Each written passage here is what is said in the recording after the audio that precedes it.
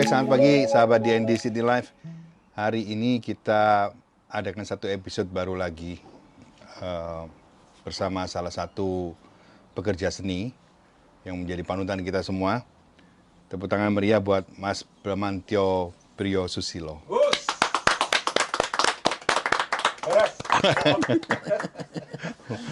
Mas Bram, apa kabar Mas? Baik-baik. Ya. Jadi teman-teman, ini kenapa kita ketemu dengan Mas Bram, karena memang agak susah ketemu beliau ini kan, karena jarak ya Mas ya. Jadi mumpung beliau ini ada di Sydney, maka kita mau ngobrol-ngobrol dulu sama Mas Bram. Oke Mas, aku ada beberapa pertanyaan sebetulnya bukan dari kita, itu kita ini nge-share gitu loh ke teman-teman. Kebetulan ada follower jenengan, ada yang gini begitu, terus akhirnya pertanyaan ini kita kolek. Nanti silakan aja, kalau nggak mau jawab langsung skip aja gitu. Ya, gampang. Ya, aku langsung aja Mas ya. Ini ada pertanyaan pertama adalah, apa yang biasanya menginspirasi Mas Bram untuk menggabungkan seni kayak tradisi Jawa dan isu sosial dalam karya-karyanya Mas Bram jauh ini? Ya, itu kan sebetulnya bukan sengaja, oh ini aku mau meramu sesuatu dari tradisi Jawa dengan isu sosial, bukan. Tapi ya memang itu realita. Realitaku sebagai seniman, memang aku belajar kesenian bukan di akademi, tetapi di bengkel teater. Dan itu kan kapujanggan Jawa. Jadi memang berdasarkan budaya Jawa. Lalu masalah-masalah real yang kita hadapi dalam kehidupan sehari-hari, itu ya sumber inspirasi buat kesenian kita. Karena di dalam kapujanggan dan di dalam budaya Jawa, seni itu diistilahkan kagunan, sesuatu yang berguna. Jadi selalu ada kaitannya dengan kehidupan, bagaimana kita membuat kehidupan ini lebih baik. Itulah realitas yang ada dalam kehidupan, itulah termasuk realitas diriku sendiri, itulah yang menjadi bahan kita kreatif. Iya. Di bengkel teater kan kita di angkatan saya itu diberi semacam kuan oleh Rendra di antara 3 gunung memeluk rembulan. Jadi kita harus berdiri sekaligus dengan 2 kaki, berdiri di atas 3 puncak gunung. Artinya gimana? Harus selalu bergerak. Kalau kita selalu bergerak dengan 2 kaki, bisa berdiri di atas 3 gunung. Dia berdiri, oh ya 3 gunung itu pijaan dia semua. Tapi kalau berhenti ya 2 maksimum. Nah, apa yang dinamakan 3 gunung ini? 3 gunung ini yang adalah 3 realita yang paling penting di dalam kita berkarya. Yang realita pertama itu adalah kenyataan alam ini. Realita alam ini. Yang kedua adalah realita zaman ini. Ini nggak bisa kita hindari. Dan ini harus jadi pijakan kita. Realita alam, realita zaman, dan ketiga realita diri kita, 3 gunung ini. Jadi otentisitas kita sebagai manusia ini diibaratkan 1 gunung. Yeah. Lalu zaman ini diibaratkan 1 gunung.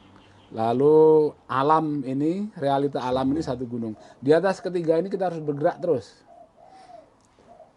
Dan memeluk rembulan. Rembulan ini idealisme kita lah. Apa yang mimpi kita lah, visi. Rembulan itu kalau bahasa sekarang visi lah.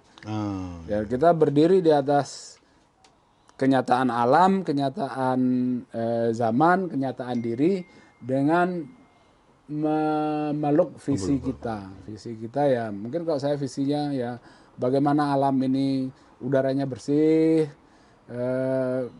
kehidupan harmonis antara manusia dengan alam dan manusia dengan manusia lain. Itu semacam visi ya. Kalau kita membangun kebudayaan itu, kita ingin kebudayaan yang seperti itu, yang udaranya bersih, yang sungainya bersih, yang orangnya damai, sejahtera, hal seperti itu. Itu mungkin kita ibaratkan gunungnya, bulannya. Lalu 3 gunung ini tempat kita bergerak, sehingga hasilnya kalau buat saya ya seperti Keboketan itu salah satunya. Oh, oke. Oh ya, mengenai Keboketan nanti ada lagi teman kita.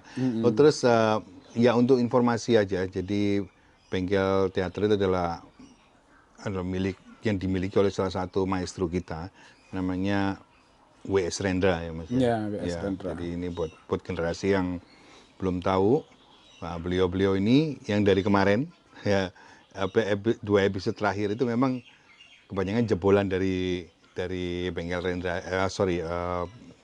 bengkel Bengkel teater bengkel Rendra. teater itu Rendra. Oke.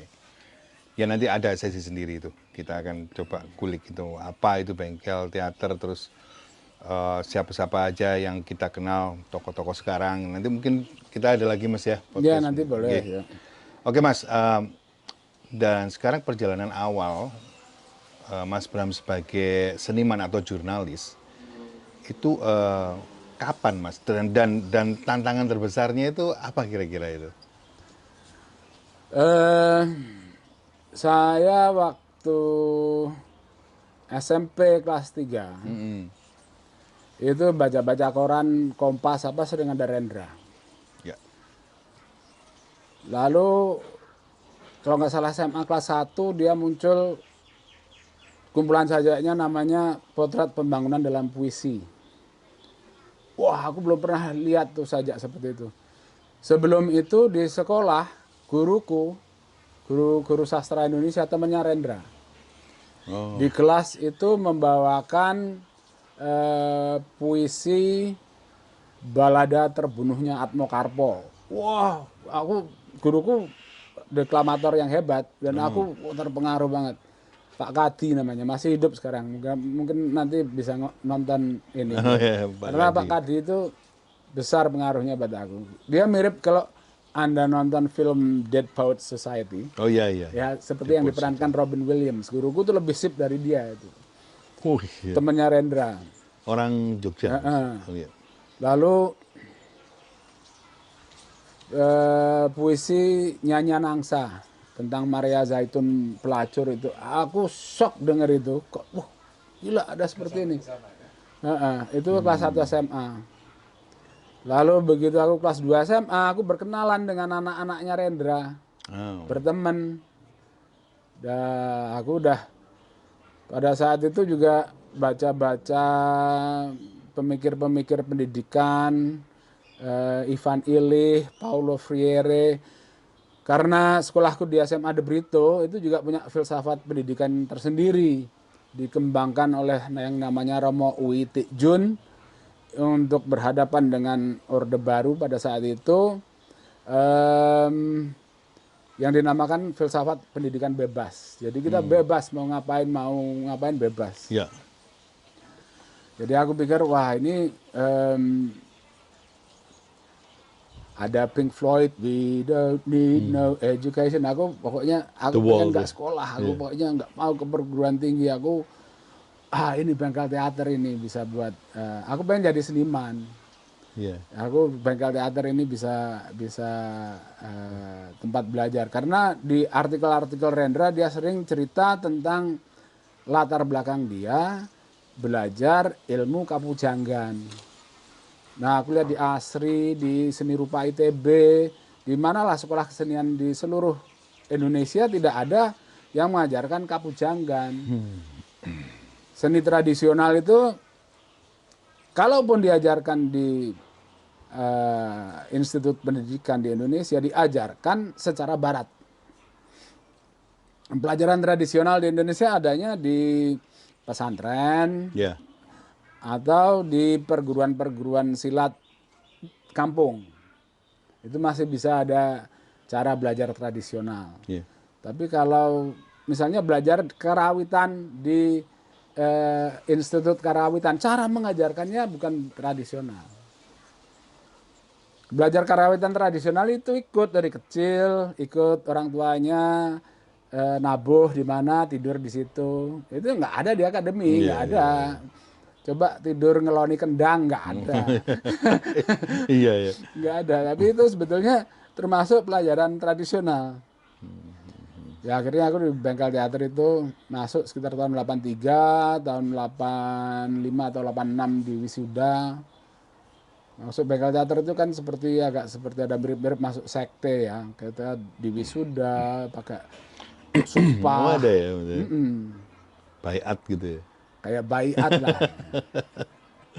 Sumpah, terus doa lingkaran, ada ritualnya. Oh. Kalau kita sudah doa lingkaran, lalu Rendra kan yang menentukan, kamu duduk sini, kamu duduk situ, kamu duduk situ, ya yang lain menyesuaikan, gitu kan. Kalau kita sampai ditunjuk kamu duduk situ tuh rasanya, Wih, ya udah, iya. itu namanya karisma ya, padahal cuma disuruh. Iya. Kita disuruh sesuatu, tapi karena yang nyuruh ini orang karismatik, Betul. kita tuh rasanya, wah, ya. Iya. Ya. Nah, karisma itulah yang disebut karisma itulah yang diolah di ilmu kabujanggan. Karena itu suatu energi ya. Bisa dalam kesenian itu katanya sama. Dalam bikin sajak misalnya. Katanya sama aku. Begitu Hairil yang ngomong aku. Itu udah Iya. Betul. ya itu. Padahal kalimatnya sama ya. Katanya sama, kalimatnya sama. Iya ya, kok bisa gitu? Menurut itu apa? Ada ilmunya apa gimana tuh? Ada. Ilmunya ilmu energi itu. Karena kata ini kan sebetulnya wadah kosong. Isinya suatu gagasan. Yang ini sebetulnya gagasannya sangat fleksibel. Yang kamu maksud aku itu bisa sedikit, bisa banyak, bisa sangat banyak. Iya. Nah, tergantung energi kamu bisa memberikan jiwa pada kata aku ini. Sama dengan di musik misalnya. E minor itu seperti itulah. Iya. Ada yang bisa menghidupkan E minor. Iya. Ada yang biasa-biasa aja. Ada yang biasa-biasa aja. Sama. Oke. Itu kenapa ada yang bisa menghidupkan, ada yang tidak.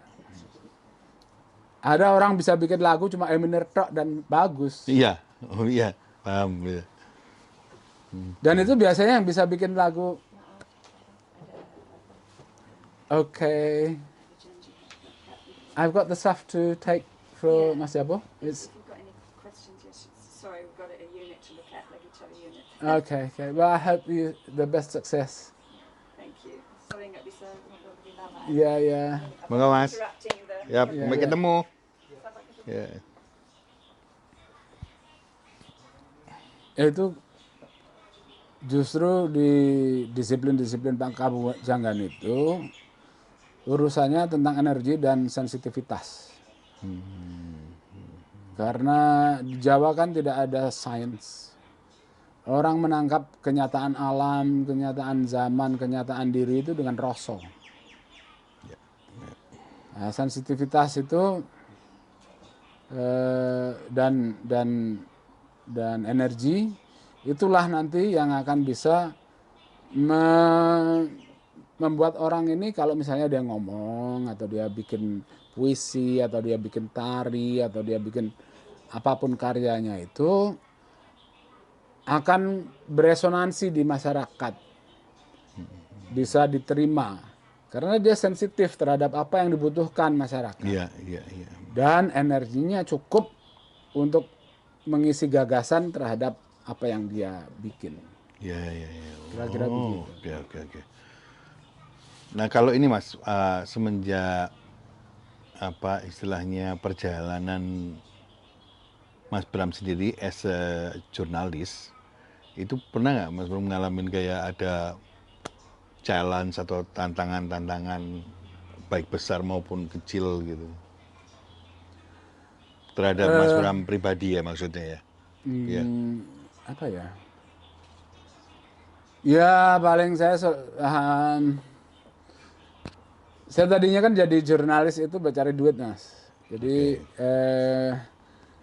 karena saya nggak bisa nulis, dulu ada majalah editor, Pecahan Tempo. Iya.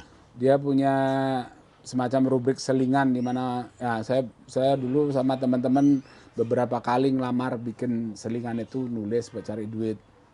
Lalu tahun 93 saya pindah ke London, ke Inggris.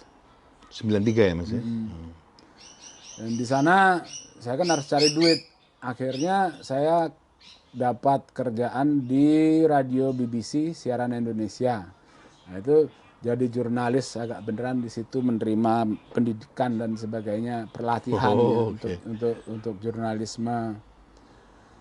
Lah begitu sekitar tahun 2000, pada tahun 99, pada tahun 99 itu saya diundang pameran di Oakland, California. Lalu kita jalan-jalan ke Universitas Berkeley. Pada saat itu berita lagi rame tentang rusuh referendum dan pasca referendum Timur Timur.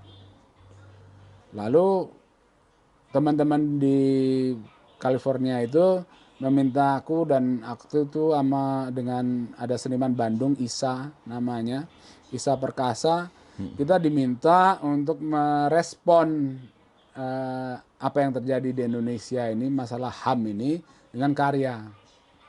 Kita sambil jalan-jalan, aku lihat di daerah pertanian situ sedang panen semangka. Oke. Sedangkan Isa itu punya performance di mana dia makan semangka. Makan semangka dengan cara-cara dramatis gitu. Performance-nya makan semangka. Ya, aku punya ide, udahlah kita gini aja. Kita kumpulin semangka sebanyak-banyaknya, nanti kita bikin piramid semangka itu. Lalu nanti aku sama Isa pakaian tentara, lalu kita bawa senapan dari kardus, senapannya besar gitu, kita baris muter-muterin semangka ini. Kita lakukan itu pagi-pagi di Berkeley. Itu ada ini, Monument of Free Speech. Itu wujudnya lantai gitu, ada lubang kecil gitu segini. Lalu di lantai batunya itu dipahat tulisan bahwa tempat ini dan wilayah di atasnya tidak menjadi bagian dari yurisdiksi hukum negara manapun dan sebagainya. Dan ini monumen untuk free speech gitu. Jadi monumen free speech itu kita pasangin itu, lalu aku bawa bendera Indonesia, Isa bawa bendera Amerika atau kebalikannya lupa aku. Tapi ada bendera Amerika, ada bendera Indonesia. Kita baris muter-muterin semangka itu. Lalu banyak penonton mulai datang. Terus burn the flags, burn the flag, burn the flag. Wah, janganlah ini burn the flag lagi bisa berakhir ini, bahaya nih. Terus dari penonton itu ada satu yang ngambil semangka, dia banting, jebret, harus pada ngambil semangka, banting-banting. Datang polisi, bubarin acara. Aku sama Isa ditangkap. Karena aku sama Isa ditangkap, diikutin wartawan. Ada wartawan radio, di sana ada radio yang terkait dengan satu lembaga media namanya New American Media. Lalu kita diwawancara, akhirnya aku punya hubungan dengan editor radio itu. Dia bilang, kamu kalau pulang ke Indonesia nulis-nulis saja gitu. Ya, jadi itu tahun 99 ya. Aku mulai rajin nulis lagi karena ada duitnya. Waktu itu aku tinggal, aku sudah berpisah dengan istriku yang orang Inggris, bercerai karena masalah ekonomi ya. Sulit untuk mengimbangi. Setelah itu aku ada komitmen dengan anakku 2 di Inggris. Jadi aku setiap kali pulang ke Indonesia harus pulang ke Inggris lagi. Nah, kerjaan dengan lembaga Amerika ini memungkinkan karena setiap berapa minggu sekali ada kejadian apa di Indonesia, aku nulis, kirim ke Amerika, dapat $200. 5 kali dapat. Bagus banget. Bagus. 5 kali udah $1.000 cukup lah ini ketika pulang ke London. Sementara di London aku jadi kerja di pasar aja. Karena bisa ditinggal sewaktu-waktu kerja di pasar. Kalau kerja resmi, Iya, kan iya, iya, iya. nggak bisa ninggal sewaktu-waktu. Sementara aku mau anak kecil 2. Iya. Ya udah gitu berlangsung begitu sampai internet makin rame. Terakhir aku sudah mungkin punya tabungan 9 tulisan di lembaganya itu. Terus aku tagih, terus dibalesin, loh kamu nggak tahu toh sekarang ini kita sudah nggak bayar penulis, kita nggak bayar penulis lagi, jadi silahkan penulis menggunakan platform kita untuk bagaimana dia bisa mengembangkan karir, tapi kita nggak bisa bayar lagi. Ya begitu dia nggak bayar lagi, aku beralih ke Jakarta Post, Jakarta Globe. Oh, oke.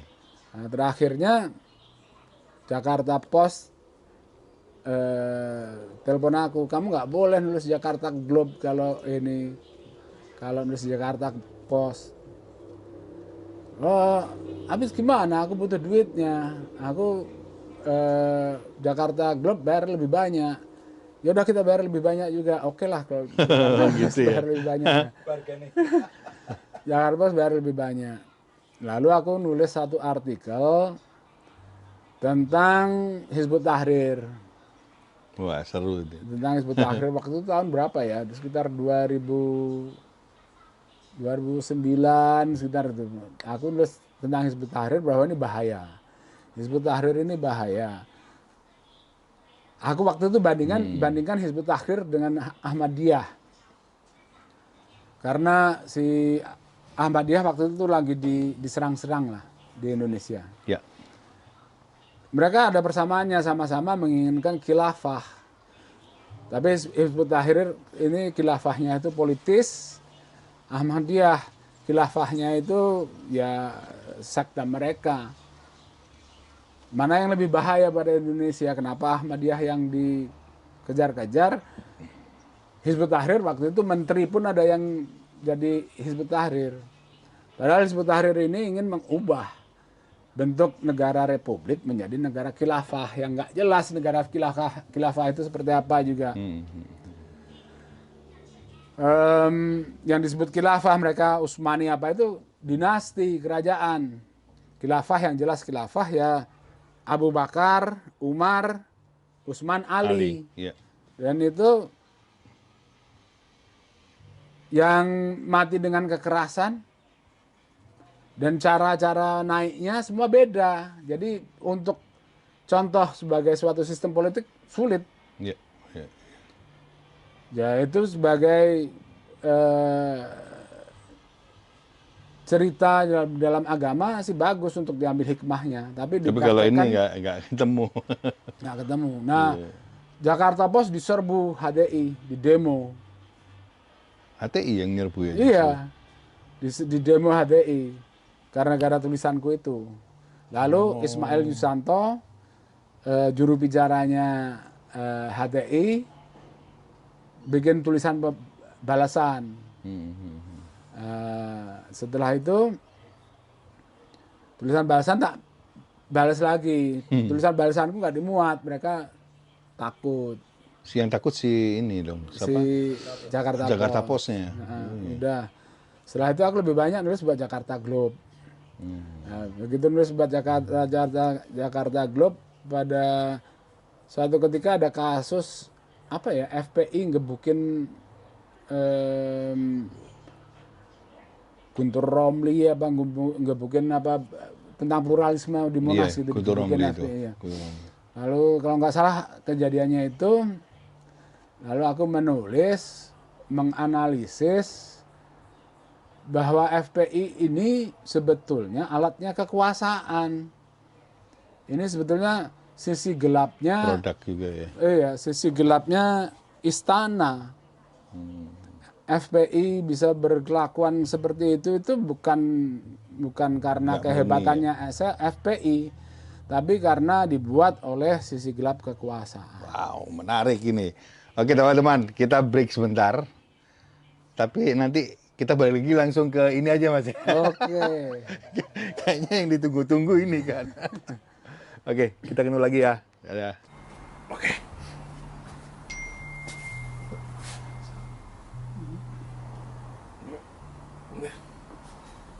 Kita di sesi yang kedua. Mas Bram, sorry tadi kepotong yang dari itu Mas, langsung aja ke yang HTI itu loh. Jadi kan HTI akhirnya ngebales nulis tuh. HTI ngebahas nulis. Lalu saya nggak dibolehkan ngebahas nulis lagi. Koran waktu itu takut sama HTI waktu itu. Lalu setelah itu saya berhenti, ini riwayat saya berhenti menulis di koran. Yang kedua yaitu setelah saya membuat analisa bahwa FPI itu sebetulnya perpanjangan tangan kekuasaan, itu sisi gelap istana presiden. Makanya dia lembaga-lembaga riset dari luar negeri itu punya data bahwa dia menerima uang didanai, ada dananya, dana gelap dari Kapolri.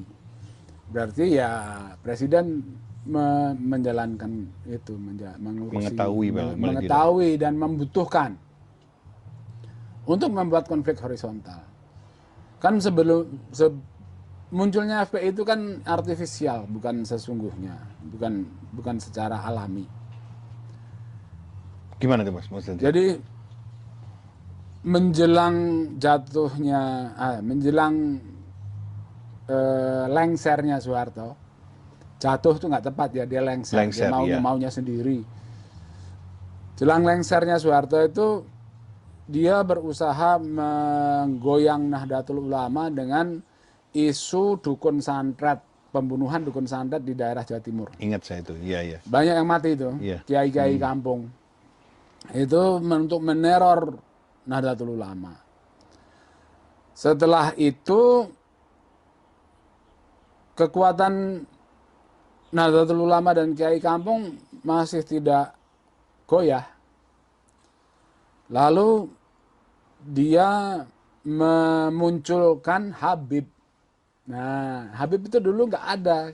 Coba ingat tahun 80-an, 90-an tuh nggak populer. Nggak jadi fenomena. Iya, nggak jadi ada fenomena. Habib, tapi tidak jadi fenomena. Nah, lalu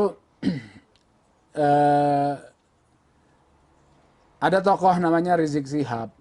Ini seorang Habib, kalau nggak salah menurut riwayat dia itu jualan minyak wangi di Tanah Abang apa di mana itu. Lalu tiba-tiba dia muncul memimpin satu pasukan Muslim di dalam suatu kerusuhan rasial di Jakarta yang sekarang dicatatnya itu sebagai peristiwa Ketapang. Perang itu yang akhirnya nanti dikembangkan menjadi kerusuhan di mana-mana sampai jadi perang Ambon. Perang Ambon itu juga dibikin artifisial, bikinnya dari peristiwa Ketapang di Jakarta, sehingga menjadi perang Ambon antara Kristen dengan Muslim. Kenapa dipilih di Ambon? Karena di sana seimbang, jadi perangnya itu bisa dikelola untuk jalan terus seperlunya. Kenapa dibutuhkan perang yang bisa di-contain gitu? Ya supaya keinginan membuat reformasi tatanan politik, hukum semua di Indonesia ini bisa ditangguhkan. Karena orang mikiri distractionnya ya perang Ambon itu.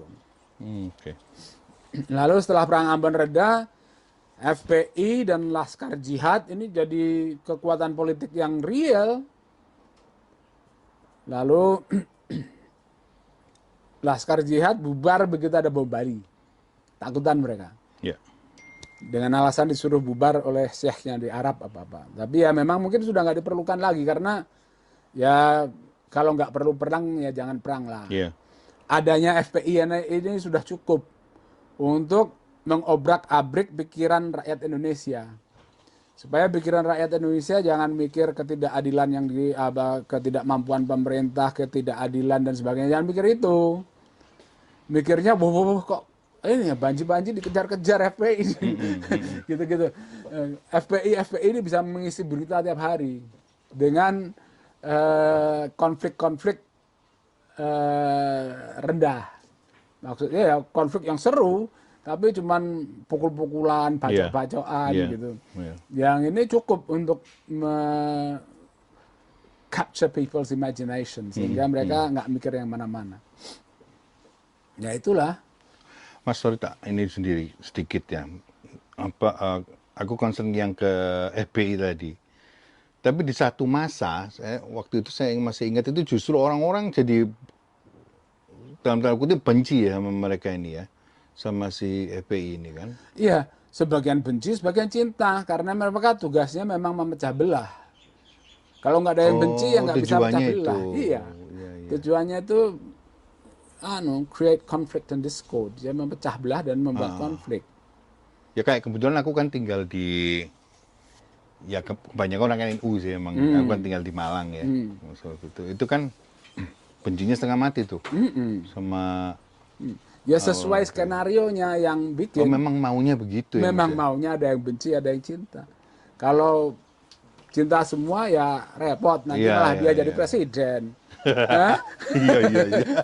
Dan itu nggak mau, Ya nggak boleh. mau, nggak boleh, bukannya dia mau jadi presiden. Iya, iya.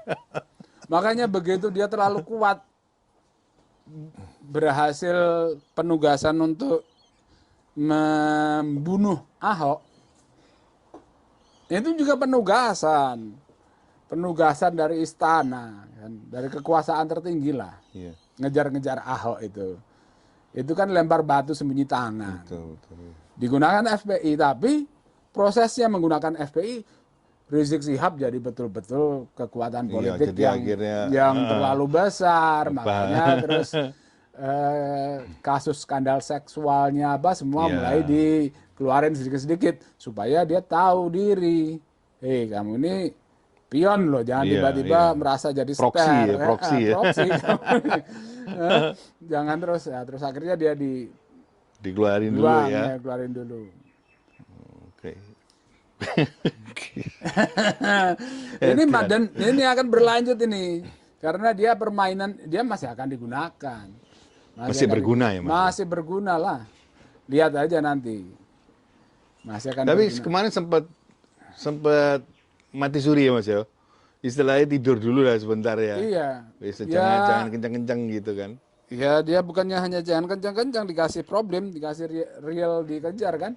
Kasih problem hukum, masuk penjara apa kan beneran. Di penjara beneran. Itu penjara bener, Mas ya. Iya di penjara beneran, di sidang kan dia cuman yang dikasih kan sidangnya sidang yang kejahatan yang kecil, kejahatan dia menciptakan kerumunan pada waktu ada COVID. Iya, Nah, betul. Iya, itu ya. kenapa bukan kejahatannya makar terhadap negara Yang dengan haul di rumahnya dia itu kalau nggak salah ya. Iya, kejahatannya itu, ya.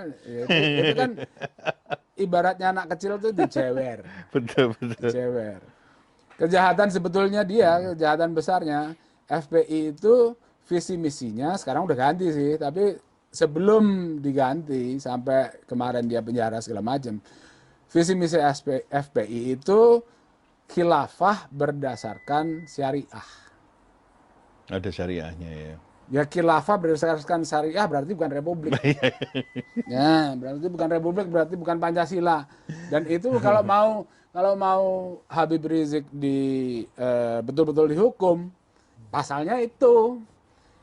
Pasal-pasal selanjutnya itu tambahan memberatkan. Tapi Habibnya ngeyel. Makanya setelah itu 6 anak buahnya dibunuh. Iya. Yang tol itu. Kilometer 50 itu. Jadi ini kan dinamis ya. Dinamis. Meskipun dia alat, dia punya ambisi sendiri. Nah, itu Ya. biasanya Dia kalau jadi memulai begitu karir ya. sebagai alat. Iya. Kan sering politisi gitu. Mm-mm. Mulai karir sebagai alatnya Soekarno, tentaranya Soekarno. Tapi begitu melihat Soekarno ada kesempatan Soekarno di Telikung dan dia yang jadi presiden, ya dia lakukan. Iya. Kenapa tidak gitu. Kenapa tidak? Dan 32 tahun ini Iya, ada 32 sangat, tahun. sangat bermanfaat itu ya.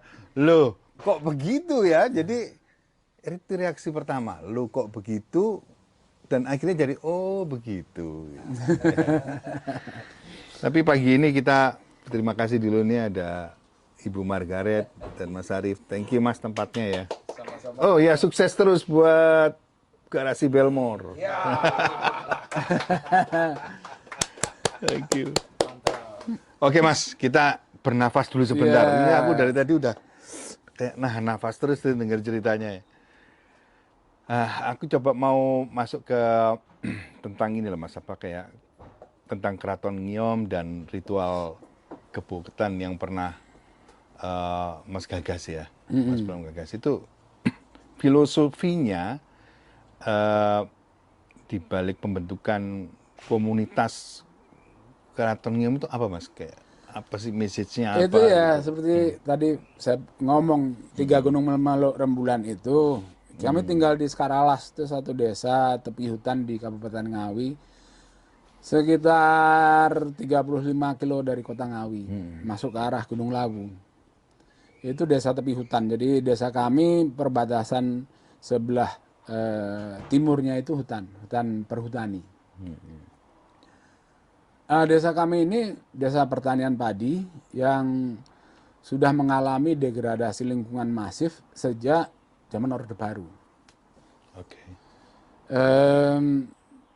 Bukan hanya degradasi di sawah karena introduksi benih yang dikatakan varietas unggul, tapi realitanya dia varietas yang membutuhkan masukan kimia yang besar.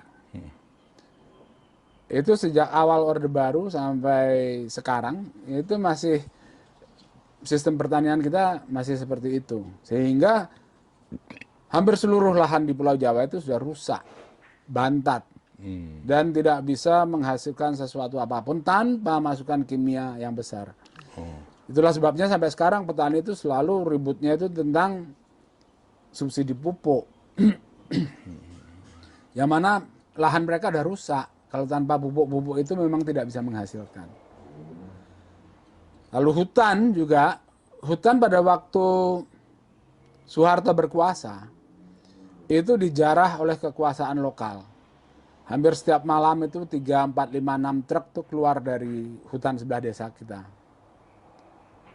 Tetapi hanya orang dengan power yang berani mencuri. Jadi yang menjadi penjara hutan itu selama kekuasaan Soeharto, jarahnya kira-kira. Karena yang melakukan hanya orang-orang lokal yang punya kekuasaan. Korupsi zaman Soeharto kan terorganisir baik. Nggak semau-maunya, korupsinya terorganisir baik. Nah, tersentralisasi. Kalau orang keluar dari itu kayak siapa Budi Haji Bulog, koruptor besar dulu ada Bulog, ya dia dipukul sama Soeharto. Disikat langsung itu. Disikat. Tapi yang korupsinya di dalam struktur yang diciptakan struktur korupnya ini, ya itu silahkan baik-baik saja. Berlaku sampai Soeharto jatuh. Begitu Soeharto jatuh, hutan ini di seluruh hutan berhutani di seluruh Jawa Tengah, Jawa Timur dijarah. Alasannya waktu itu dijarah oleh rakyat. Yang disalahkan Gus Dur. Karena Gus Dur bilang bahwa itu hutan negara. Itu hutan negara. Artinya ditafsirkan rakyat negoro. Padahal ini post factum kejadiannya ini. Karena waktu penjaraan terjadi, yang namanya rakyat itu jadi tukang geraji, tukang angkut, iya. Tapi mereka ditemani oleh orang-orang bersenjata dari berbagai. Jadi penguasa lokal bersenjata mengerahkan rakyat menjarah hutan. Dan itu hampir habis, seluruh hutan hampir habis. Nah, melihat kenyataan seperti itu, aku bersama istriku, ya kita ngolah energi sampai akhirnya mulai ketemu bagaimana kita bisa mengembalikan kesuburan sawah dan menghidupkan kembali hutan. Lalu kita mulai bekerja untuk ke arah itu. Nah, untuk merayakan apa yang kita kerjakan selama setiap tahun ini, kita butuhkan satu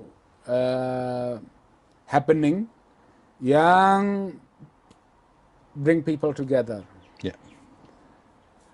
Waktu itu kita punya teman yang baru saja meninggal, namanya Kodok Ibnu Sukodo. Kita jodoh-jodohin, dia kan belum pernah menikah, lalu kita jodoh-jodohin sama teman ini teman itu. Dia mah. Aku mending menikah dengan peri daripada dengan dia gitu. Beneran, bener, oke, menikah dengan peri, kita bikin happening. Kita bikin happening Kodok menikah dengan peri. Waktu geger Sengawi, Mas. Rumahku itu kan dari jalan raya aspal itu sekitar 10 km lebih, itu macet, Mas. Macet, orang mau melihat pernikahan dengan peri ini, perkawinan dengan peri ini. Yang ternyata kita dibantu oleh network copet. Network copet, kata polisi. Jadi kita hanya bikin beberapa undangan, tapi undangan ini menyebar sampai ke pelosok-pelosok, Bojonegoro, Blora, Cepu, Lampung, sampai kemana-mana. Sampai kemana-mana. Lalu setelah acara, itu di kebun, di pelataran dia itu dapat satu tenggok besar dompet. Jadi memang copet membantu menciptakan kerumunan. Win-win solusi. Win-win solution. Tapi ya begitu kita bikin perkawinan dengan peri, itu kita bikin narasinya kan. Aku kan tiru-tiru Panembahan Senopati kawin dengan Ratu Kidul. Nah, kita bikin kawin dengan peri ini, narasinya adalah untuk menyelamatkan satu mata air di Sendang Margo namanya, yang di hutan rusak ini, dan menyelamatkan hutan dan sawah. Udah, jadi dengan ini kayak menghipnotis ya sebetulnya. Jadi kita bikin orang kaget dulu, setelah dia kaget kita bisa kasih gagasan. Jadi kawin dengan peri ini ibaratnya kaget, lalu kita kasih gagasan tentang pertanian organik, tentang menanam hutan, bagaimana hutan supaya bisa lestari. Ya, gagasan yang kami ajukan, tanamlah hutan dengan melibatkan warga sekitar, warga tepi hutan. Dan janganlah melulu berharap keuntungan ekonomi langsung dari jual kayu. Tapi berilah keuntungan ekonomi non kayu pada rakyat yang merawat. Jadi misalnya kita punya hutan buah-buahan, hutan duku misalnya. Rakyatnya biarlah memanen dukunya, nanti kayunya sekian tahun diambil oleh pemerintah misalnya begitu. Itu pasti akan terawat hutannya. Hutan nangka misalnya. Hutan nangka, buah nangkanya silahkan diambil warga. Tapi kayunya nanti jangan ya, pohonnya untuk, karena keuntungan ekonomi hutan jangan hanya dilihat jual kayu dong. Oksigennya jangan dihitung misalnya. Oksigennya kalau beli berapa tuh oksigen sebanyak yang diproduksi hutan itu. Ya memang itu ada hitungannya. Nah, ide-ide seperti inilah yang kita perjuangkan. Lalu karena muncul komunitas dari apa yang kita lakukan, ya akhirnya untuk bisa menjadi legal kita bikin LSM yang namanya Keraton Ngiyom. Nama Keraton Ngiyom itu dari Sendang yang kita kaitkan dengan cerita perikawin ini. Oh, yang diselamatkan sendangnya itu ya, Mas. Oke. Ya, ini sendangnya ini lalu kita kaitkan dengan cerita, kita karangkan cerita.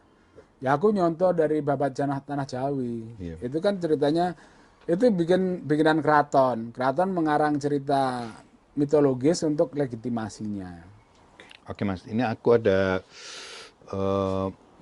mau tanya, ada di dalam salah satu performanya Mas Bram itu membanting macan kerah. Gitu. Terus menurut literatur yang tak baca, Mas Bram menghadapi reaksi yang cukup keras waktu itu kan. Sebenarnya message-nya dari apa karya itu sendiri itu apa, Mas? Membanteng macan kerah itu begini ya. Itu tahun 2012 kalau nggak salah ya. Kalau nggak salah itu setahun setelah Ahmadiyah diserbu oleh FPI, digebukin, ada yang mati segala Dibakarin, macam ya. itu dibakarin ya. Dan tak seorang pun berani melawan. Wah, ini masyarakat perlu digendam ini. Masyarakat perlu diedukasi bahwa mereka itu inilah. Kalau dalam pewayangan karakter yang banyak omong rame itu pasti nggak mungkin kesaktiannya mendalam. Iya kan? Iya, iya. Kalau buta ya buta cakil, Iya. gitu. Pencilaan, gitu. Nakut-nakutin rakyat kecil. Tapi kalau satrio nggak takut. Kita kalau tenang lihat Habib Rizik, dia ini alat, ini nggak takut.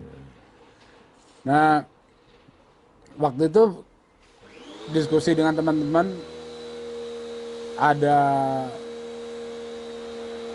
kesimpulan bahwa kita butuh membuat rakyat berani. Ini kan ada hubungannya dengan aku nulis tentang HTI, apa? Iya, iya. Bagaimana supaya rakyat berani? Ya udah tantangin aja berantem, tantangin, diprovokasi. Iya. Tapi jangan bawa massa. Kalau bawa massa kelihatan kita juga takut. Iya. Provokasi tapi sendiri aja, Iya, iya. sendiri aja. Aku bikin ngerancang. Tadinya mau FPI. Terus kita lihat-lihat kan tempatnya markasnya FPI. Markasnya FPI di Jogja itu di Jalan Wates, kilometer 9 kalau nggak salah. Itu lokasinya di bawah, jalannya itu menurun gitu.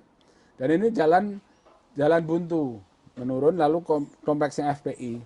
Nah aku lihat kompleksnya FPI itu ada semacam gym untuk bodybuilding. Dan parkiran motornya pating belasah gitu. Lalu ada simbol-simbol bahwa mereka punya keuangan, tapi ya pating belasah gitu, nggak teratur. Iya.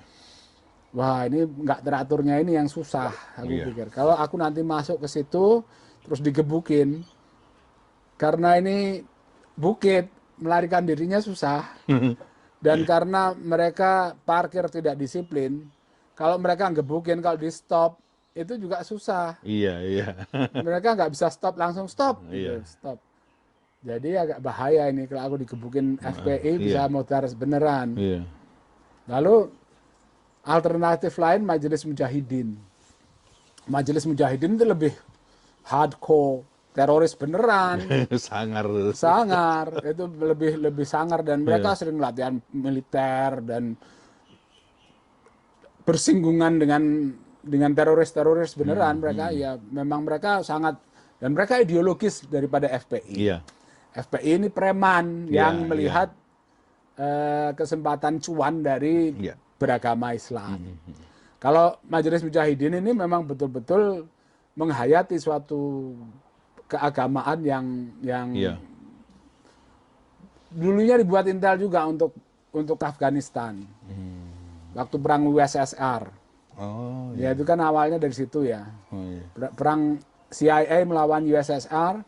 Itu pakai mereka ya? Dibantu oleh Indonesia mengirimkan Imam Samudra dan lain-lain itu. Oh, oke. Iya, iya. Ya termasuk nanti Majelis Mujahidin. Akhirnya tapi kita lihat Majelis Mujahidin parkirnya rapi. Lokasinya dekat Jalan Kota Gede, datar. Dan jumlahnya nggak gitu banyak. Udahlah Majelis Mujahidin aja. Kebetulan dekat makam raja-raja. Jadi wah ini bagus ini dibikin narasi. Jadi aku kirim surat ke Majelis Mujahidin bahwa mereka, aku minta berhenti mengintimidasi orang. Pokoknya suratnya ini pasti mangkal kayak banget mereka bacanya. Pasti mereka terprovokasi. Dan aku besok tanggal segini jam segini aku mau datang ke markas kalian dan aku mau membawa kendi berisi air dan aku mau melakukan pembacaan puisi dan aku mau membanting macan kerah. Dan banting macan kerah ini tradisi di dalam kebatinan. Itu kita nyuwun keadilannya Gusti. Minta keadilannya Tuhan saat ini. Nggak usah besok-besok. Macan kerah itu ramuan bunga, Mas. Bunga tradisional itu ada kembang telon, kembang setaman, nah macan kerah itu seperti itu. Iya. Kalau ke tukang jual bunga tradisional tahu tuh di perdukunan dipakainya. Nah, aku tadinya mikir, nah terus mikir lagi, ini gimana kita ya? Kalau aku datang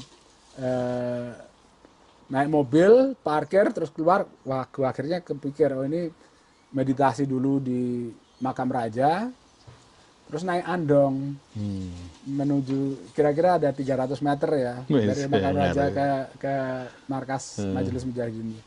Naik andong. Pas mau berbuat itu polisi udah banyak, semua udah banyak. Majelis Mujahidin ada pasukan laskar-laskar di depan. Datang aku bawa kendi sama andongnya itu. Orangnya datang, Allah Akbar, syarat-syarat aku dipukul-pukulin. Oh, sempat dipukulin Mas ya? Sempat dikepukulin, tapi aneh. Sebelum sebelum melakukan itu, ada orang di Ngawi yang nanya, Mas Bram mau ini beneran ini? Beneran. Kalau gitu aku titip Mas Bram. Minta tolong ini dibawa. Apa namanya? Kantong macan. Apa? Skortum macan. Skortum ya, iya. Ini bawa aja. Ya aku tak bawa. Gebukin gak ada yang kena Mas. Kayak believe it or not loh, ini bener loh ini. Kayak bukan kebal, kayak kartun Fosfield gitu loh. Jadi gini cius. Pukulannya itu gitu. Terus lama-lama ada yang gelitikin.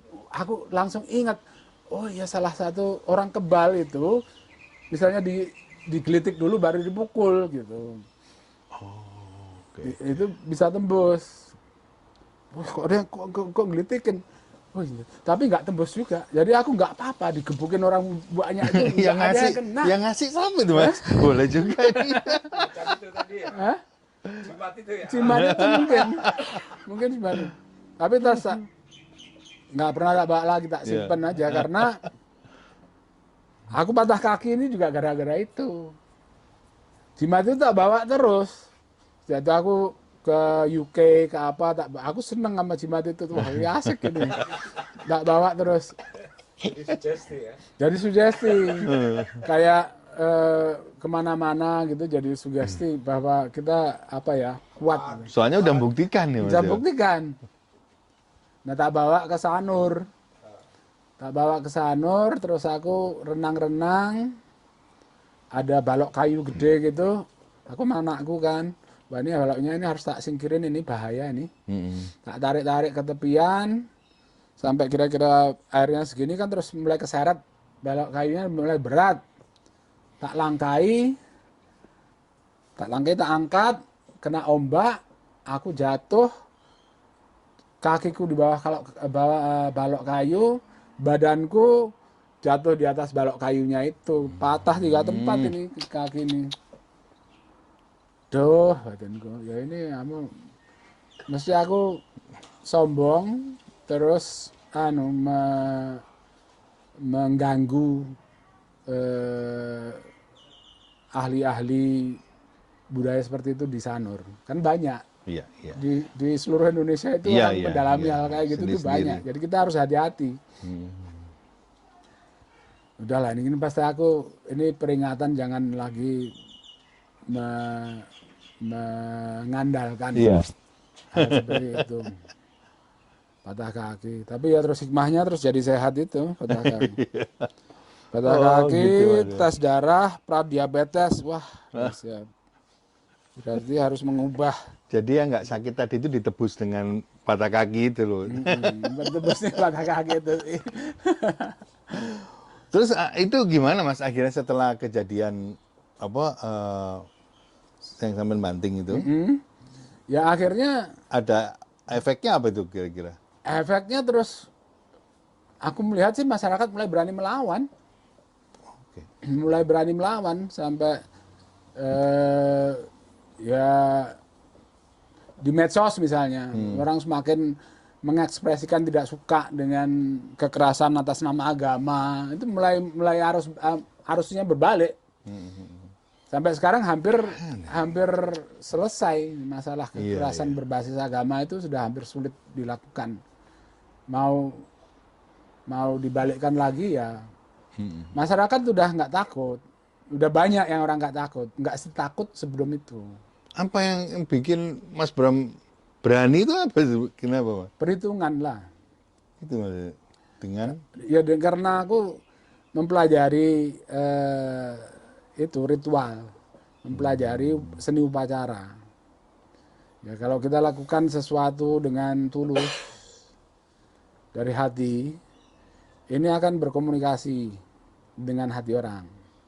Itu satu. Ya lalu seperti tadi saya bilang kalau kita menghipnotis itu gendam buat kriminal apa itu orangnya bikin kaget dulu baru dimasukin ide penmu sini kasih bisa dikasih. Iya. Nah, jadi begitu orang melihat aku berbuat itu kaget semua majelis mujahidin juga kaget nggak tahu siapa itu. ini. Sendiri lagi. Sendiri. Iya, benar. Dan pikirannya ini kan pasti terkait entah parpol, entah siapa. Ini pasti atau orang suruhan. Orang suruhan. Iya. Ada yang backup. Iya, Yang siapa yang backup? Iya benar itu bisa jadi tuh. Wow. Oke Mas, selanjutnya nih ada lagi yang kayak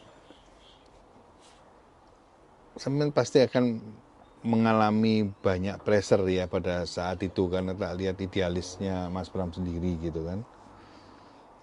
Ada yang setuju, tidak setuju, like and dislike. Itu gimana Mas menghadapinya gimana itu? Kan Dalam pasti kasus apa? kayak karya-karyanya Mas Bram sendiri kayak ada beberapa kan nggak semuanya membuat happy orang kan Mas, kayak salah satunya tadi itu aku menganggap itu karya ya kayak membanting macan gerah tadi itu kan tetap karya. sebuah karya kan gitu. Nah, kan pasti banyak lagi yang Mas Bram bikin kan selain itu. Nah yang menekan ke Mas Bram kan juga macam-macam pasti Mas. Mas Bram sendiri kan bukan atas nama parpol, bukan atas nama siapapun gitu loh. Itu nanganinya gimana Mas Bram waktu itu? Apa masa mau nekat aja gitu udah? Atau Mas Bram udah tahu akibatnya sebetulnya? Iya saya tahu akibatnya lah. Saya bisa memperhitungkan bahwa misalnya kasus membanting macan gerah kita bawa ke Polres Bantul. Di sana dimediasi oleh polisi. Aku disuruh minta maaf oleh polisi ke Majelis Mujahidin. Ya aku bilang aku minta maaf telah membuat kalian kaget dan berlaku seperti preman. Itu kan nggak bagus memang buat citra kalian. Kelihatan bahwa kalian ini tidak beradab. Ya aku minta maaf lah memprovokasi. Itu bukan minta maaf. Minta maaf tapi sambil celep. Buat kalian jadi Sambil nusuk gitu. Keren. Tapi aku mau mengingatkan satu hal aja. Kalau kalian tuh yakin Islam kalian yang benar dan orang lain salah, itu sebaiknya jangan lagi baca Al-Fatihah. Kalau baca Al-Fatihah dengan sesungguhnya, dengan tulus, itu ada pengakuan bahwa kamu tidak tahu jalan yang lurus. Gantilah kalimatnya Al-Fatihah itu, jangan tunjukkanlah kami tidak jalan yang lurus, tapi kasih tahu Tuhan inilah jalan yang lurus. Jangan tanya. Kalau tanya itu artinya kamu nggak tahu jalan yang lurus, sama dengan yang lain-lain. Iya. Jadi kalau kamu ngomong dia sesat, berarti kamu tahu jalan yang lurus. Cakep ini, bagus banget ini. Iya. Kalau kamu bisa bilang dia sesat, kamu berarti tahu jalan yang lurus, berarti kamu benar. Al-Fatihah jangan dibaca atau diubahlah redaksinya Al-Fatihah itu. Iya.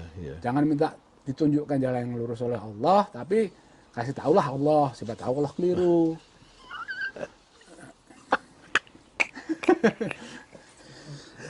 Ini bercandanya orang ini nih. Sufi nih, Sufi. Wah, ngeri banget. Akhirnya kan majelis Mudahrin, pokoknya kita akan tuntut kamu sampai ke yaumul akhir. Kenapa nunggu yaumul akhir? Iya, Udah di iya, sini iya. sekarang. Tuntut aja. Terus mereka ngomong mau menuntut ke pengadilan, tapi sampai sekarang nggak nuntut. Ya wes. Mas, kalau balik ke kesenian ya, itu menurut Mas Bram pribadi ada nggak kemampuan seni ini untuk melawan radikalisme itu? Saya pikir jelas bisa, Bisa ya. ya? Jelas bisa. Karena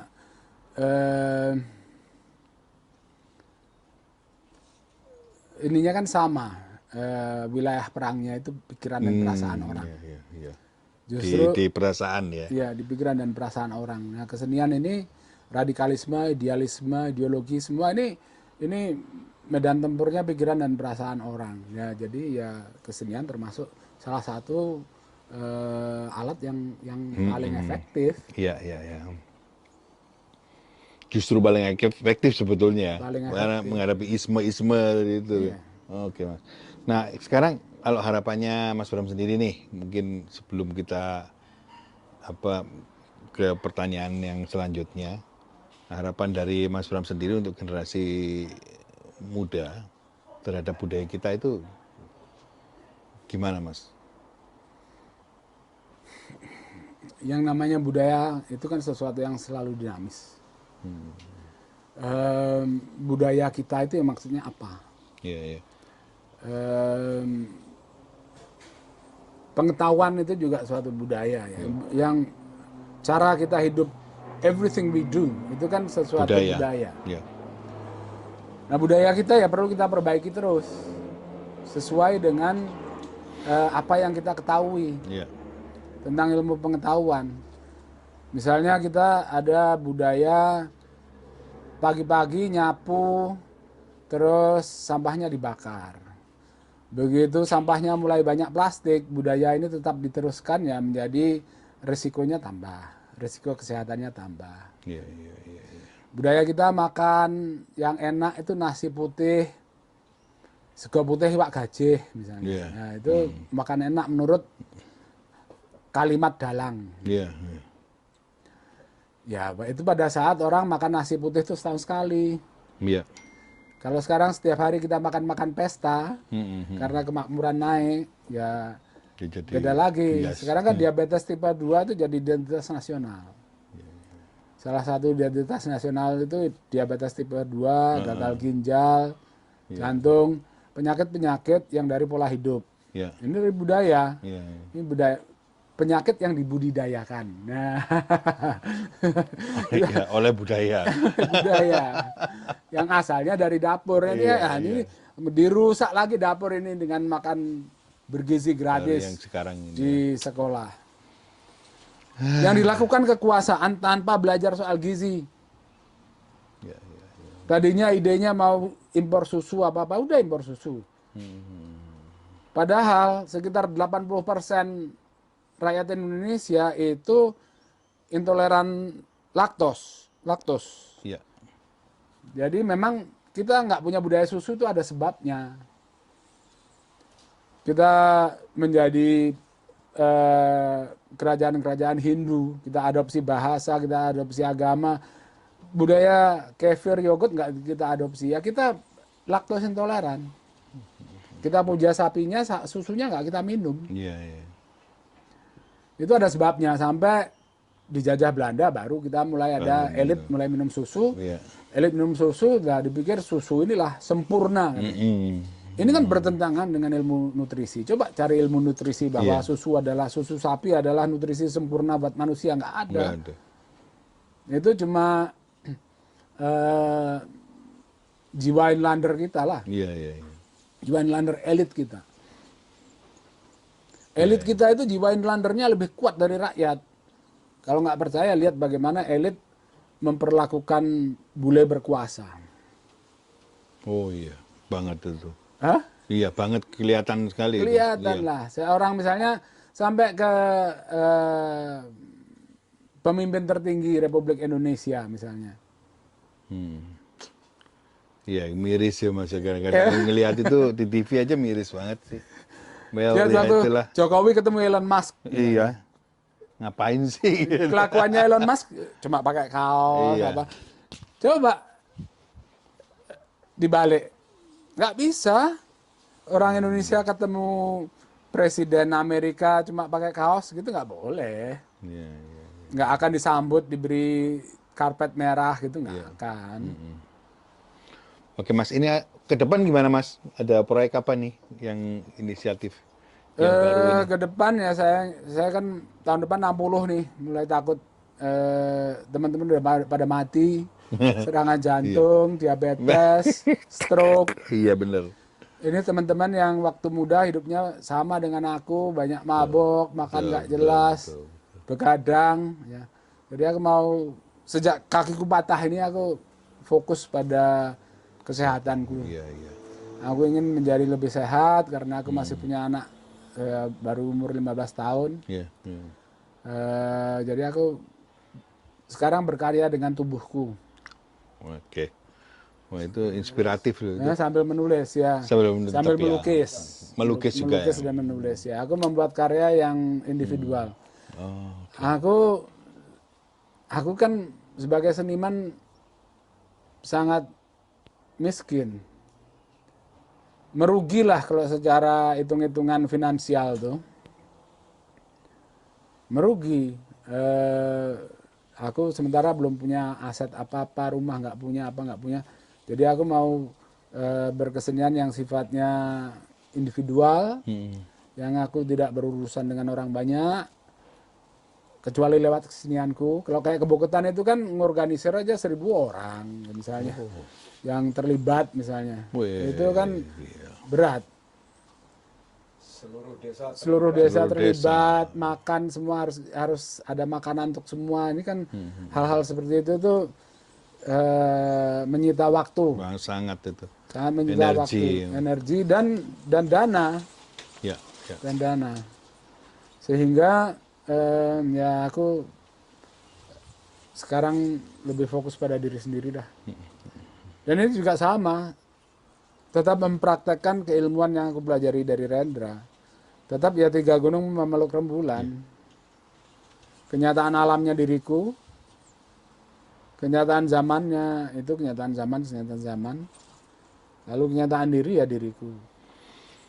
Yang bukan biologis. Kalau kenyataan alam diriku kan biologisnya diriku. Iya, oh iya, biologi. kamu tidak lepas dari Keboketan yang dibuat teman-teman kamu. Enggak, itu kan ya karena Keraton Ngiyam kita bikin jadi LSM. Dan ya aku mengundurkan diri, nanti mereka akan pemilihan atau bagaimana mekanismenya mereka bisa jalan terus. Ya. Artinya Keboketan masih eksis. Keboketan bisa masih eksis, cuman ya apakah bisa betul-betul sebagai sebuah upacara? Godaannya kan menjadi Keboketan ini menjadi sapi perahan. Karena misalnya pemerintah memberikan dana untuk Keboketan. Yang kami lakukan kan dulu gini, kalau pemerintah beri dana 200 juta misalnya, kita bikin acaranya seharga 700 juta. Gitu. Nah, resikonya pemerintah memberi dana 200 juta, nah yang 150 juta dibagi-bagi antara pengurus dan orang yang berakses kekuasaan, lalu acaranya dibikin asal acara seharga 50 juta. Itu kan sangat mungkin terjadi. Sangat mungkin terjadi. Dan apakah orang itu akan tetap mau membuat upacara? Karena orang pada merasa sekarang kan usum upacara. Orang berkostum pendito, tapi semua sebagai sandiwara. Dia bukan pendeta dalam kehidupan sehari-hari. Waduh, parah. Tapi membuat upacara yang secara visual semua kelihatannya seperti upacara, tapi sesungguhnya bukan upacara, sehingga tidak punya dayanya upacara untuk membuat kohesi sosial, untuk membuat dinamisasi struktur dan dinamisasi nilai. Ini hilang. Upacara kan seharusnya membuat dinamisasi struktur Iya. dan nilai. Jadi orang dipecat dari tentara misalnya harus pakai upacara. Misalnya tadinya dia jenderal, lalu menculik orang apa-apa terbukti, lalu dia dipecat. Iya. Itu ada upacaranya oleh panglimanya, dilepaslah tanda Betul. pangkatnya Iya, itu. iya. Dan bukan sambil ngopi gini, lepasnya harus siap iya. Pak, ada upacaranya, Seremoni, ada ya. prosesinya. Itu dinamisasi struktur. Tadinya orangnya ini di strukturnya di sini, sekarang dinamis, nggak lagi di struktur itu loh. Gitu. Iya, iya, iya. Sama upacara kayak upacara sunatan misalnya. Nah, si yang disunat ini setelah disunat, diupacarai, didudukkan, dipestakan, ditonton orang banyak, besok udah joko, Iya. bukan bocah. Oh iya. Hah? Iya. Udah jadi apa lain lah ya. Lain, Iya. secara Iya. struktural lain. Secara struktural benar. Lain. Iya, iya. Dinamisasi nilai. Ya. Suatu nilai itu dikuatkan atau dilemahkan. Iya, iya. Itu juga bisa dengan upacara. Iya, iya. Misal, Iya, iya, benar juga ya Mas. dan itu fungsi upacara secara Disahkannya, universal. disahkan gitu ya. Semua upacara itu. Oh, iya, iya. Tapi untuk dia mempunyai fungsi seperti itu memang harus terkait dengan hidup sehari-hari. Iya. Sholat misalnya itu bentuk upacara sederhana dalam Yes. agama Islam ya. Sholat kan nggak, itu teratur, harus begini nggak boleh ngarang sendiri. Iya, urutan. Jadi prosesi kejadiannya itu diatur. Itu semacam ritual ya, upacara tapi individual. Ya bisa kolektif, bisa juga individual. Dikatakan sholat menghindarkan dari perbuatan mungkar. Ya betul, kalau sholatnya memang betul upacara. Karena kalau sholat itu upacara, berarti antara waktu sholat itu, orang itu selalu memang berusaha dengan ikhlas, berusaha benar, berusaha baik, berusaha begini, berusaha ini, nanti sholat dikuatkan lagi. Lalu antara sholat dia berusaha baik, berusaha tidak sia-sia, berusaha bermanfaat, berusaha berguna. Nanti waktu sholat masuk lagi, dia sholat lagi, menguatkan itu lagi. Ya pasti ini akan menghindarkan dari perbuatan Ya, mungkar. dijaga. Dijaga. begitu. Tapi kalau antara waktu sholat ini kamu berbuat semacam-macam, lalu upacara sholatnya ini jadi seperti itu tadi, kostum pendeta padahal Iya, bukan. iya. Oh iya. Nggak ada gunanya. KTP gitu. Ya yang kamu kuatkan tetap ini menguatkan nilai. Iya. Tapi yang kamu kuatkan nilai kemunafikan. Iya. Normalisasi kemunafikan kamu kuatkan, gitu loh. Normalisasi penipuan kamu kuatkan. Sehingga akhirnya sekarang secara kultural masyarakat kita itu korupsi, penipuan, selfishness ini normal. Iya. Normal. Berdagang kaki lima, bikin kios di atas jalur disabilitas normal. Jalur disabilitas dibikin nabrak tembok normal. Iya. Ya? Normal di Indonesia itu. Aku ngelihat itu di TikTok itu gila. Kok bisa Mas? Gimana sih? Iya karena sudah, Angen-angennya. karena memang sudah dinormalkan, penipuan semua dinormalkan, Iya. pencurian, korupsi semua dinormalkan. Ngeri. Dan ini kalau dari kesenian ya memang bisa ini dari upacara. Kalau yang efektif. Sebelum upacara itu memang semua bergerak dengan ikhlas dan bersama-sama untuk menuju nilai-nilai yang mau dikuatkan di upacara itu. Iya. Tujuannya. Kalau dari tanggal 18 Agustus sampai 16 Agustus tahun depan, kerjaan kita korupsi, maling, gebukin orang, ngejek kafir, ngejar-kejar banci. Nanti pada sampai tanggal 16 Agustus, 17 Agustus kita Persatuan Indonesia, ya cuma acting. Ya. Gak cocok nih. nggak cocok. Tapi kalau dari tanggal 18 Agustus sampai 16 Agustus tahun depan, kita mengusahakan bahwa kerukunan beragama, bahwa hak-hak asasi manusia dijaga, bahwa pluralisme kita rayakan, bahwa proses demokrasi dari setiap level kita kuatkan, dan si miskin, si melarat, si lemah kita lindungi sepanjang tahun ini. Wah, 17 Agustus Brebes milih semua Indonesia. Iya. Benar Mas, itu sebuah ini ya apa angan-angan sebetulnya Mas ya, yang sebenarnya kalau mau dilaksanakan ya harusnya bisa sih Mas ya. Bisa. Dulu aku sebetulnya punya ide. Dulu waktu Anies Baswedan Menteri Pendidikan dia dukung.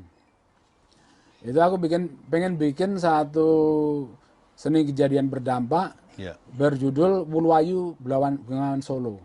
Iya. Wuluwayu Bengawan Solo itu, Wuluwayu itu nama kunonya Bengawan Solo. Wuluwayu artinya sungai yang indah, sungai yang hayu. Wulu itu sungai. Iya. Nah, Bengawan Solo itu dulu jalan tolnya Pulau Jawa. Oh, Bengawan Solo itu Mas. Bengawan Solo sampai Danres bikin jalan Danres. Iya. Itu Bengawan Solo. Itu masuk kapal dari Gresik sampai ke Solo. Itu kapal yang lumayan besar bisa masuk. Sekarang sudah rusak dan kotor, penuh polusi dan sebagainya. Nah, si Wuluwayu Bengawan Solo itu divisikan untuk terjadi sepanjang 600 sekian kilometer. Bengawan Solo itu dibikin satu panggung. Sepanjang sungai ini satu panggung, dan terjadi serentak, dan sekitar 80 juta orang yang terdampak dan mendampaki Bengawan Solo itu terlibat dalam upacara itu. Wah, Anies Baswedan senang banget. Oh iya, ini kita bikin. Ya, sebetulnya aku bisa bikin kalau ada fasilitas. Dan kalau kita bisa bikin Bengawan Solo kembali menjadi nadi ekonomi, nadi sosial, nadi budaya di Pulau Jawa.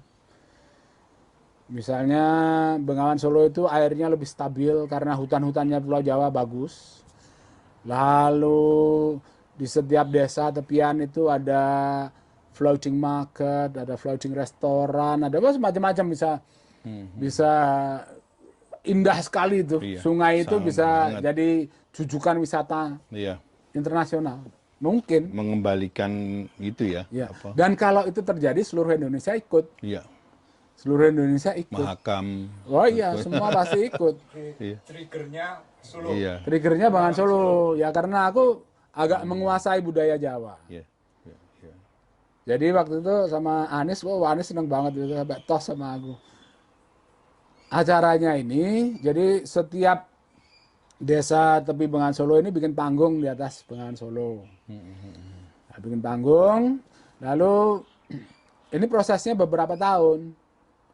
Lalu setiap potensi kesenian yang ada di ekosistem sosial di situ, bikin acara di panggung itu.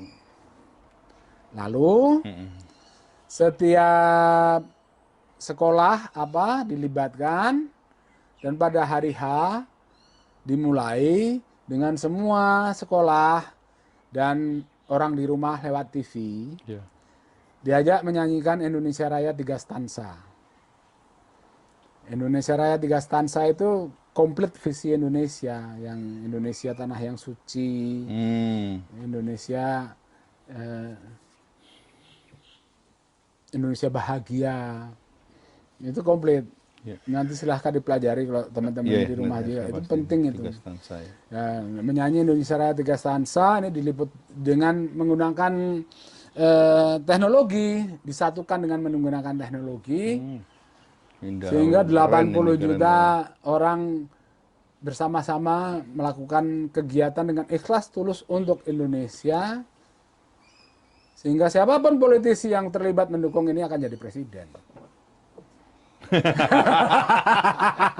Lah ini. Suara itu. Iya, suara itu. Wow.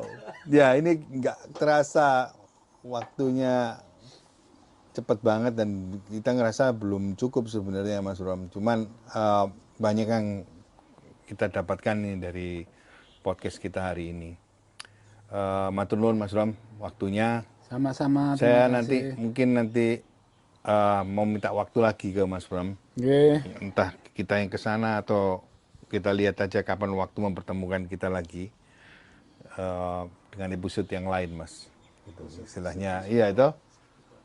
Iya, oh iya itu. Ya nanti mungkin aku lebih kalau nanti sempat apa itu Sam online itu Sam pakai Zoom atau gimana? Oh ya. Aku yang kelupaan jujur aja nih saya kelupaan saya mau nanya mengenai bukunya Mas tentang sirkus barok sebetulnya. Tapi saya ingin itu dalam satu episode sendiri karena nanti mungkin setelah Mas Jabur rawuh saya juga mau ngobrol tentang apa yang terakhir ini pergerakannya sirkus barok. Mungkin bisa kita klopkan nanti gimana. Mas, pendek aja sebelum kita closing. Menurut Mas Bram, seni tradisional Jawa ini masih relevan nggak dengan konteks global kita saat ini? Ya karena yang aku lakukan aku merasa relevan lah. Kayak sekarang aku di sini umur hampir 60 untuk survive di Australia ini sebagai imigran baru. Ya aku mengandalkan apa yang aku pelajari di bengkel teater itu. Untuk aku berkarya menulis, melukis ya yang aku gunakan ya ilmu itu yang aku pelajari itu. Jadi kalau buat aku relevan. Oke, ya. Nah, aku ajari anakku. Ya untuk dia kayaknya juga relevan karena dia kan juga imigran di sini ya. Sekarang dia udah mulai 15 tahun bekerja di McDonald. Dan dia bisa bersaing dengan yang sudah dewasa. Misalnya dia untuk shift, dia kan homeschooling, jadi nggak shiftnya terserah. Oh iya. Sering dia jadi andalan shift jam 6. Karena dia jam 6 itu udah ready. Sementara orang di sini, orang dewasa pun jam 6 itu masih penuh keluh kesah. Penuh kesah, komplain. Oh gitu Mas, jadi tetap ya, itu masih relevan di. Iya, karena itu disiplin ya. Iya, betul. Oke, makasih banyak Mas Ram. Sama-sama. Sukses selalu, sehat selalu. Mudah-mudahan kita nanti diparing ketemu lagi suatu saat. Amin. Ya. Oke teman-teman di NCT Live, thank you very much. Terima kasih Mas Arif, Bu Margaret, and Semi. Kita ketemu lagi ya. Bye-bye.